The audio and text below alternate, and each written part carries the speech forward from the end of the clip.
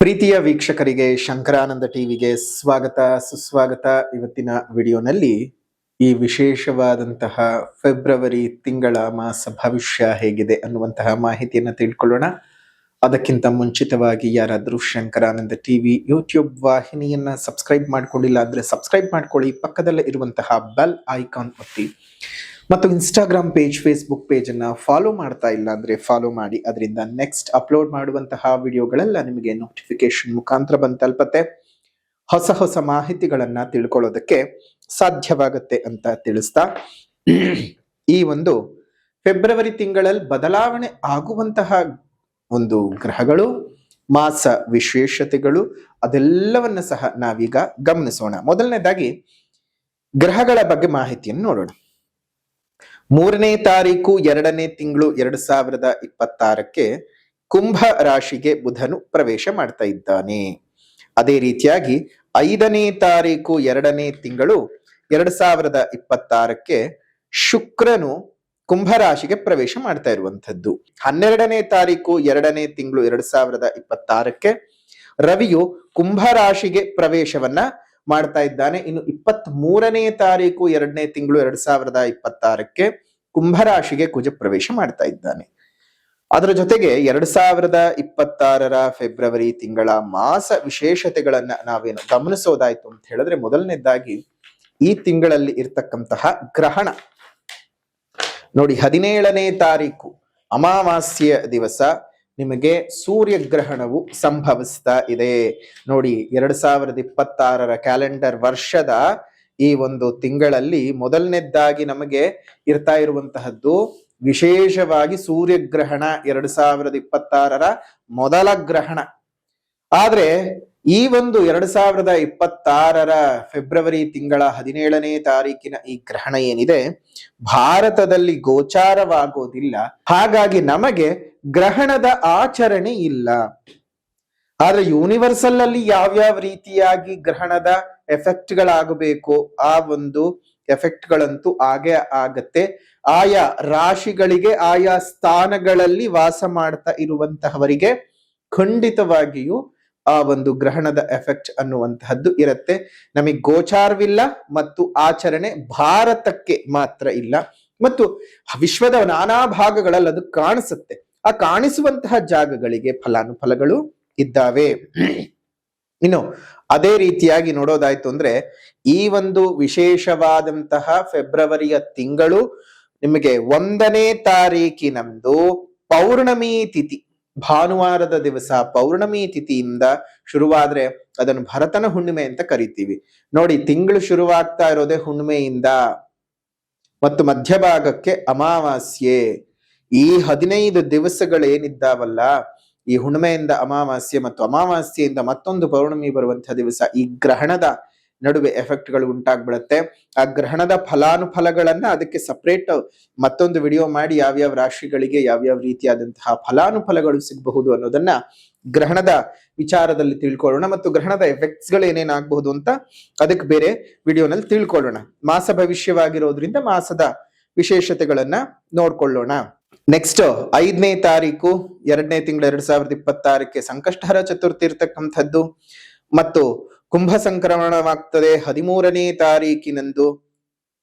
ಅದೆಲ್ಲ ಉತ್ತಮವಾಗಿರ್ತಕ್ಕಂತಹ ವಿಶೇಷ. ಮತ್ತು ಶನಿ ಪ್ರದೋಷ 14ನೇ ತಾರೀಕು ಶನಿವಾರ ಇರತಕ್ಕಂತಹದ್ದು, ಶನಿ ಪ್ರದೋಷ ಇದೆ.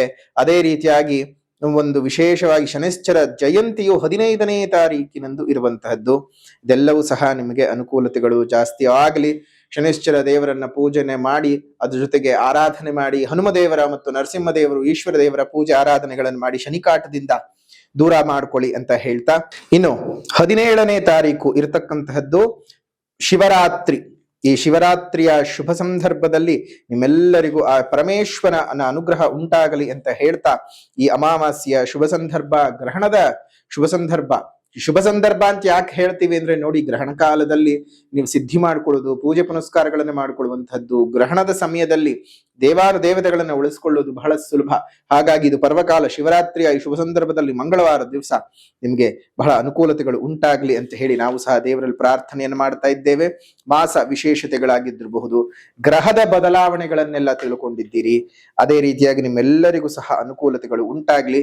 ಇನ್ನು ಮಾಸ ಭವಿಷ್ಯದ ಬಗ್ಗೆ ಗಮನ ಹರಿಸೋಣ. ಗ್ರಹದ ಈ ಚಲನೆಗಳಿಂದಾಗಿ ಯಾವ ರೀತಿಯಾಗಿ ನಿಮಗೆ ಮಾಸದ ಭವಿಷ್ಯವು ಇದೆ ಅನ್ನೋದನ್ನ ನೋಡೋಣ. ಮಿಥುನ ರಾಶಿನಲ್ಲಿ ಹುಟ್ಟಿರುವಂತಹವರಿಗೆ ಈ ಒಂದು ಫೆಬ್ರವರಿ ತಿಂಗಳ ಮಾಸ ಭವಿಷ್ಯವನ್ನ ಗಮನಿಸೋದಾಯ್ತು ಅಂತ ಹೇಳಿದ್ರೆ, ನಿಮ್ಗೆಲ್ಲೋ ಬಹಳ ಗೊಂದಲಗಳು, ತಾಪತ್ರೆಗಳು ಜಾಸ್ತಿ ಆಗ್ತಾ ಹೋಗತ್ವೆ. ನಿಮ್ಮ ರಾಷ್ಟ್ರಾಧಿಪತಿ ಮತ್ತು ಚತುರ್ಥಾಧಿಪತಿ ಆಗಿರತಕ್ಕಂತಹ ಬುಧನು ರಾಹುವಿನ ಜೊತೆಗೆ ಸಂಚಾರವನ್ನು ಮಾಡುವಂಥದ್ದು ತುಂಬಾ ಕಿರಿಕಿರಿ ಆಗತ್ತೆ. ದೇಹದಲ್ಲಿ ಅಸೌಕರ್ಯವಾದಂತಹ ವಾತಾವರಣ ಬರ್ತಕ್ಕಂಥದ್ದು, ಶಾಂತಿ ಕೆಡುವಂತಹದ್ದು ಮನಸ್ಸಿಗೆ. ಚಂದ್ರನು ಸಹ ಆ ಒಂದು ಕುಂಭರಾಶಿಗೆ ಪ್ರವೇಶ ಮಾಡಿದಂತಹ ಸಂದರ್ಭದಲ್ಲಿ ಬುಧ ಚಂದ್ರನ ಪೈಶಾಚಿ ಯೋಗ, ರಾಹು ಬಹಳ ಕೆಡಿಸುವಂತಹದ್ದು, ಕೇತು ದೃಷ್ಟಿ ಅಷ್ಟೊಂದು ಚೆನ್ನಾಗಿಲ್ಲ. ಜೊತೆಗೆ ಈ ತಿಂಗಳು ಗ್ರಹಣ ಬೇರೆ ನಡೆಯುತ್ತೆ. 17ನೇ ತಾರೀಕು ಅಮಾವಾಸ್ಯ ದಿವಸ. ಹುಷಾರು ಹುಷಾರು ಹುಷಾರು. ಮಿಥುನ ರಾಶಿಯವರಿಗೆ ಬಹಳ ಸಂಕಷ್ಟದ ಕಾಲ ಅಂತಾನೆ ಹೇಳಬಹುದು. ಇನ್ನು ಅದೇ ರೀತಿಯಾಗಿ ತೃತೀಯಾಧಿಪತಿಯಾಗಿರತಕ್ಕಂತಹ ರವಿಯು ಸಹ ರಾಹುವಿನ ಜೊತೆಗೆ ಕೇತುವಿನ ದೃಷ್ಟಿಯೊಟ್ಟಿಗೆ ಸಂಚಾರ ಮಾಡುವಂಥದ್ದು ನಿಮ್ಮ ಪ್ರಯತ್ನಗಳು ವೈಫಲ್ಯವನ್ನ ನೋಡುತ್ತೆ. ಎಷ್ಟೋ ಅವಕಾಶವನ್ನ ವಂಚನೆ ಮಾಡ್ಕೊಂಡ್ಬಿಡ್ತೀರಾ, ಅವಕಾಶ ವಂಚಿತರಾಗ್ತೀರಾ. ಕೆಲಸ ಕಾರ್ಯಗಳಲ್ಲಿ ಹಿನ್ನಡೆಯನ್ನ ನೋಡ್ಬೇಕಾಗತ್ತೆ. ಕುಟುಂಬ ಸ್ಥಾನದಲ್ಲಿ ಬಹಳ ಕಿರಿಕಿರಿಗಳು ಉಂಟಾಗ್ತಕ್ಕಂಥದ್ದು. ಹಣಕಾಸಿನ ಏರುಪೇರುಗಳನ್ನ ಈ ತಿಂಗಳು ತುಂಬಾ ಅನುಭವಿಸ್ತೀರಿ. ದಿಢೀರಂತ ದುಡ್ಡು ಬರುತ್ತೆ, ದಿಢೀರಂತ ದುಡ್ಡು ಹೊರಟು ಹೋಗುತ್ತೆ. ಎಲ್ಲವೂ ಸಹ ಹಣಕಾಸಿನ ವಿಚಾರದಲ್ಲಿ ದಿಢೀರ್ ಅಂತಾನೆ ಆಗೋಗುತ್ತೆ. ಏನೋ ಇವತ್ತು ದುಡ್ಡು ಬಂತು ಅಂತ ನೆಮ್ಮದಿ ಆಗುವ ಹೊತ್ತಿಗೆ ಖರ್ಚಿನ ಬಾಪ್ತಿ ಇಷ್ಟು ಉದ್ದ ನಿಂತ್ಕೊಂಡಿರುತ್ತೆ. ಏನ್ ಮಾಡೋಕ್ಕೂ ಅವಕಾಶವಾಗಲ್ಲ, ಏನ್ ಮಾಡೋಕ್ಕೂ ಸಹ ನಿಮ್ಗೆ ಒಂದು ಈ ಅವಕಾಶಗಳೇ ಇಲ್ಲದ ರೀತಿನಲ್ಲಿ ಆಗ್ಬಿಡತ್ತೆ. ಸೊ ಹುಷಾರಾಗಿದ್ದು ಜೀವನನ ಸಾಗಿಸ್ತಾ ಹೋಗ್ಬೇಕು. ಅಷ್ಟು ಮಾತ್ರ ಅಲ್ಲದೆ ನಿಮಗೆ ಈ ಒಂದು ತಿಂಗಳಲ್ಲಿ ಇನ್ನು ನಿಮ್ಮ ಮಕ್ಕಳ ಆರೋಗ್ಯದ ವಿಚಾರದಲ್ಲೂ ಬಹಳ ಜಾಗೃತಿಯಾಗಿರಿ. ಮಕ್ಕಳ ವಿಚಾರದಲ್ಲಿ ತುಂಬಾನೇ ಹುಷಾರಾಗಿರ್ಬೇಕು. ಪೂರ್ವ ಪುಣ್ಯ ಸ್ಥಾನದಲ್ಲಿ ತೊಂದರೆಗಳು ಬರ್ತಾ ಇದ್ದಾವೆ. ಮಕ್ಕಳ ವಿದ್ಯಾಭ್ಯಾಸದಲ್ಲಿ ತೊಂದರೆಗಳು ಬರ್ತಕ್ಕಂಥದ್ದು, ಮಕ್ಕಳಿಂದ ಅತ್ಯಧಿಕವಾದಂತಹ ಖರ್ಚುಗಳು ಉಂಟಾಗತಕ್ಕಂಥದ್ದು ಆಗತ್ತೆ. ಹುಷಾರಾಗಿ ಇರಬೇಕು. ಅದೇ ರೀತಿಯಾಗಿ ನಿಮಗೆ ಹಲವು ವಿಧದ ರೋಗಗಳು ಸಹ ಬರಬಹುದು. ಚರ್ಮವ್ಯಾಧಿಗಳು ಉಂಟಾಗತ್ತೆ, ಮತ್ತೆ ಇಂಟೆಸ್ಟೈನಲ್ ಪ್ರಾಬ್ಲಮ್ ಆಗುವಂತಹದ್ದು, ಹೊಟ್ಟೆಗೆ ಸಂಬಂಧಪಟ್ಟಂತಹ ಕಾಯಿಲೆಗಳು ಬರ್ತಕ್ಕಂತಹದ್ದು, ಅನೇಕ ವಿಧದ ವ್ಯಾಧಿಗಳು ನಿಮಗೆ ಬಂದು ಅಂಟಿಕೊಳ್ಳುವಂತಹ ಸಾಧ್ಯತೆಗಳಿದ್ದಾವೆ. ಈ ಒಂದು ತಿಂಗಳು ಹುಷಾರು ಹುಷಾರು ಹುಷಾರು.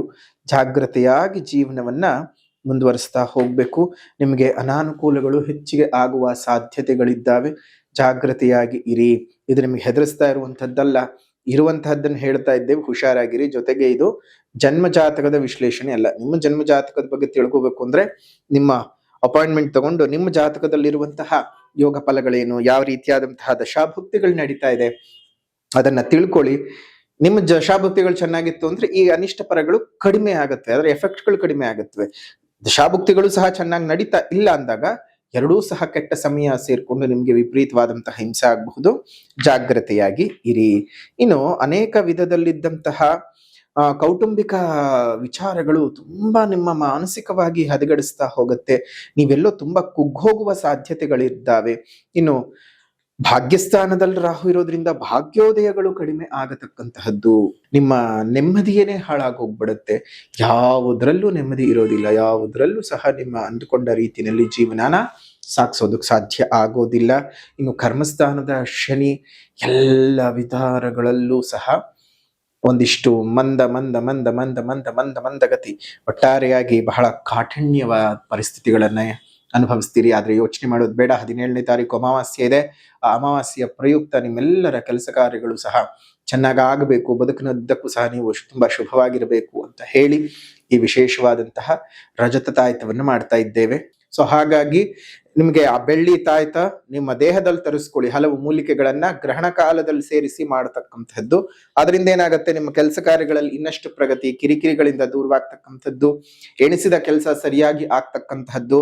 ಹೀಗೆ ಹಲವು ವಿಚಾರಗಳಲ್ಲಿ ನಿಮಗೆ ನೆಮ್ಮದಿಯನ್ನ ತಂದು ಕೊಡೋದಾಗುತ್ತೆ. ದೃಷ್ಟಿದೋಷವಾಗಬಹುದು, ಕೃತಮ ದೋಷಗಳು, ಮಾಟಮಂತ್ರ, ಸಣ್ಣ ಪುಟ್ಟದ್ದು ನೆಗೆಟಿವ್ ವೈಬ್ಸ್ ಗಳೆಲ್ಲ ಬರದೆ ಇರುವ ಹಾಗೆ ಆಗ್ತಕ್ಕಂಥದ್ದು, ಈ ರೀತಿಯಾಗೆಲ್ಲ ನಿಮ್ಗೆ ಚೆನ್ನಾಗಿ ಆಗತ್ತೆ. ಸೊ ಹಾಗಾಗಿ ಗ್ರಹಣ ಕಾಲದಲ್ಲಿ ಬೇರೆ ಅಮಾವಾಸ್ಯೆ ಮಾಮೂಲಿಯಾಗಿ ಮಾಡ್ತೀವಿ, ಆದ್ರೆ ಈ ಒಂದು ಗ್ರಹಣ ಬಂದಿರುವಂತಹ ಸಂದರ್ಭದ ಅಮಾವಾಸ್ಯೆ ತುಂಬಾನೇ ಚೆನ್ನಾಗಿದೆ.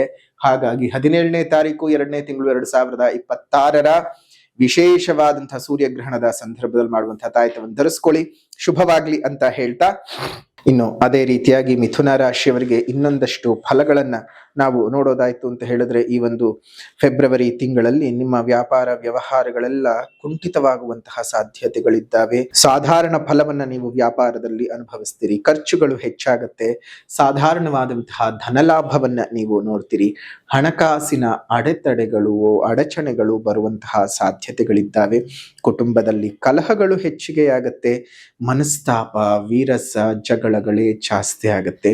ಧೈರ್ಯವಾಗಿರಿ, ಹೇಳು ಪರಿಹಾರದ ಕ್ರಮಗಳನ್ನ ಸರಿಯಾಗಿ ಅನುಸರಿಸಿ, ಎಲ್ಲವೂ ಸಹ ಶುಭವಾಗ್ಲಿ ಅಂತ ಹೇಳ್ತಾ, ಮಿಥುನ ರಾಶಿನಲ್ಲಿ ಹುಟ್ಟಿರುವಂತವರ ಈ ಒಂದು ಫೆಬ್ರವರಿ ತಿಂಗಳ ಮಾಸ ಭವಿಷ್ಯವನ್ನ ತಿಳ್ಕೊಂಡಿದ್ದಾಯ್ತು.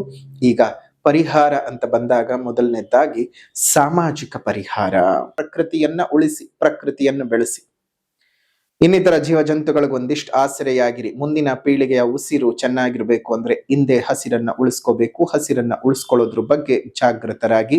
ಸಾಮಾಜಿಕ ಪರಿಹಾರದ ನಂತರದಲ್ಲಿ ಆಧ್ಯಾತ್ಮಿಕ ಪರಿಹಾರ. ದಶರಥಕೃತ ಶನಿಶ್ಚರ ಸ್ತೋತ್ರದ ಪಠಣವನ್ನ ಮಾಡ್ತಾ ಬನ್ನಿ ಪ್ರತಿದಿನ ಬೆಳಗ್ಗೆ ಸಂಜೆ. ಅದರಿಂದ ತುಂಬಾ ಅನುಕೂಲಗಳನ್ನ ಪಡ್ಕೋತೀರಾ. ಶುಭವಾಗ್ಲಿ, ಮಂಗಳವಾಗ್ಲಿ ಅಂತ ಹೇಳ್ತಾ ಈ ವಿಶೇಷವಾದಂತಹ ವಿಡಿಯೋನ ಇಲ್ಲಿಗೆ ಮುಕ್ತಾಯ ಮಾಡೋಣ. ವಿಡಿಯೋ ಇಷ್ಟ ಆಗಿದ್ರೆ ಲೈಕ್ ಮಾಡಿ, ಶೇರ್ ಮಾಡಿ, ಕಮೆಂಟ್ ಮಾಡಿ. ಮತ್ತೊಂದು ವಿಡಿಯೋನಲ್ಲಿ ಭೇಟಿ ಮಾಡೋಣ. ಅಲ್ಲಿವರೆಗೂ ನಮಸ್ಕಾರ. ಲೋಕ ಸಮಸ್ತ ಸುಖಿನೋ ಭವಂತು, ಸಕಲ ಸನ್ಮಂಗಳಾನಿ ಭವಂತು, ಸರ್ವೇ ಜನಾಃ ಸುಖಿನೋ ಭವಂತು, ಸಮಸ್ತ ಸನ್ಮಂಗಳಾನಿ ಭವಂತು.